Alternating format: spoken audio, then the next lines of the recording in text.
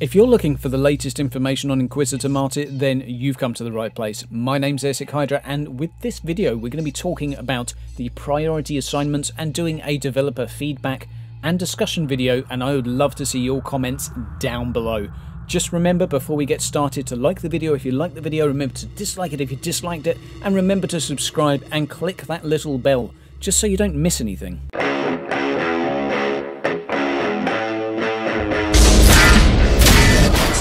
So just before we get started into the meat of this video, I'd like to say that this feature is not finished, and this is not a review, this is a feedback video for the developers, and my main reasoning for doing this is because thus far I don't think I have seen anyone discuss this concept yet, simply because I think 99% of the player base, and I include myself with that, have no idea what the hell is going on with it.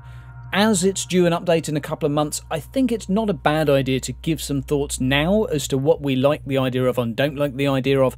Maybe that information will be useful to the developers. So let's kick things off by just defining what a priority assignment does and what this assignment briefing does. Now, what you can do if you'd like to read this yourself is click on the journal and go to the tutorials, and you will be able to look up priority assignment choices and briefings. That will give you all the information you need, however it is a little bit confusing. I'll hopefully clear up a few things here. So the two things that you have to factor in here are a chance of success. Now that is not chance of succeeding in the mission, that is a chance of succeeding with your objective if you pass the mission. Okay, that's something just to make clear. So you can pass your mission and still fail this if you have a very low chance of success. It sounds odd, it is odd. If we look at collateral risk, that is sort of the punishment or the penalisation that may occur even if you pass the mission. So that is, well, as the word implies, some collateral risk that may come with your action. So what we aim to do here is have a high chance of success and low collateral risk. That kind of goes without saying. As you can see here, I've made two choices already. I have paid $300 in order to raise my chances up, and you'll see that I've not really made the best choices because I've got a moderate collateral risk. Now, something that has to be said here is this is an optional feature. It is an optional minigame slash educated guess slash puzzle slash gamble mechanic. I don't exactly know what the developers are trying to do with this, and we could talk about the feedback in just a moment. But to kick things off, this is what we're aiming for. You make your choices here. Now, from the written description, it gives the implication that if you read the information here and then make your decisions on the right, based on what you've read, you may have better odds. It is not particularly clear, and doesn't seem to be the case, that the 2-2 down here gives proportionate results up here. As you can see, I've ended up with a higher chance of success than collateral risk, but it was a little bit skewed as it went up. It was much more in favour of chance of success compared to collateral risk until I clicked this, which looked like a 50-50 split. So the truth is I don't really know what down here equates to what up there. That's one of my gripes. Number one is, from a player's point of view, I have no idea what's going on with this. I know that the glory that you get is affected by it simply because I went in the tutorials to find out. But I don't actually know when I'm clicking here and this goes up to high, what high means. I don't know what a moderate collateral risk means either.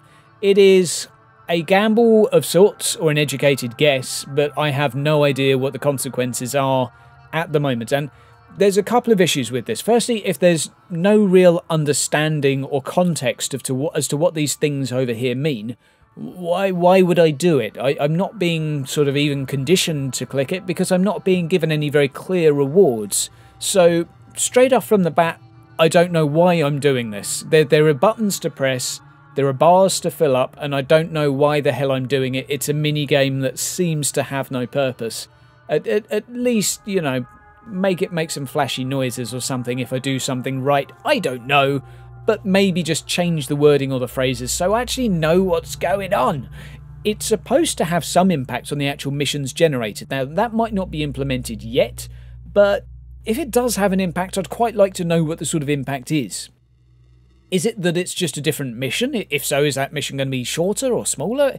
Is it that the enemies in the mission are going to be slightly easier?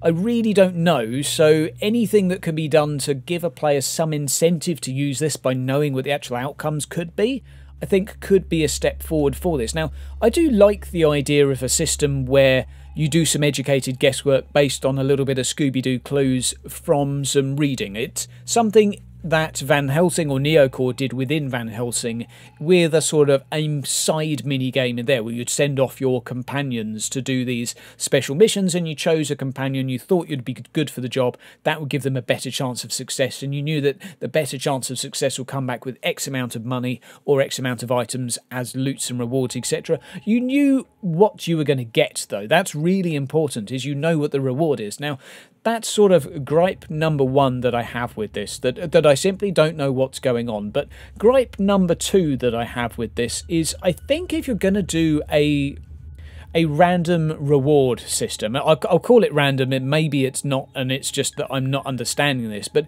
if there's any form of gambling involved, I really think that you need to actually own the thing that you're gambling with before you do the gamble. So let me explain.